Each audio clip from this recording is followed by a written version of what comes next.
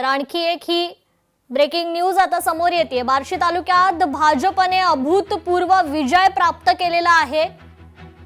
जिल्हा परिषद आणि पंचायत समितीच्या सर्व जागांवर भाजपने विजय मिळवलेला आहे। ठाकरे सेनेचे आमदार दिलीप सोपल यांना हा मोठा धक्का समजला जातोय।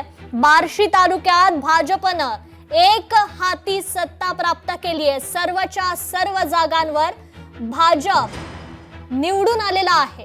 बार्शी तालुक्यात भाजपचा हा अभूतपूर्व करिश्मा पाहायला मिळतोय। जिल्हा परिषद आणि पंचायत समितीच्या सर्व जागांवर भाजपने विजय प्राप्त केलेला आहे। ठाकरे सेनेला मोठा धक्का मानला जातोय। आमदार दिलीप सोपल यांना हा मोठा धक्का मानला जातोय।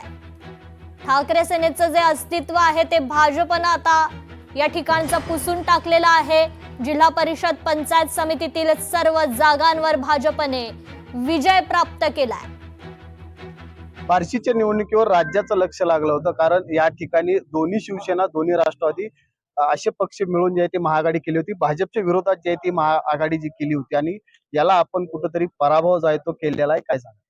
तसं म्हणता येणार नाही की या ठिकाणी आदरणीय नरेंद्र मोदी साहेबांचं नेतृत्व देशाला लाभलेलं, आदरणीय फडणवीस साहेबांचं तर अत्यंत बारकाईनं लक्ष संपूर्ण या बार्शी तालुक्यावरती।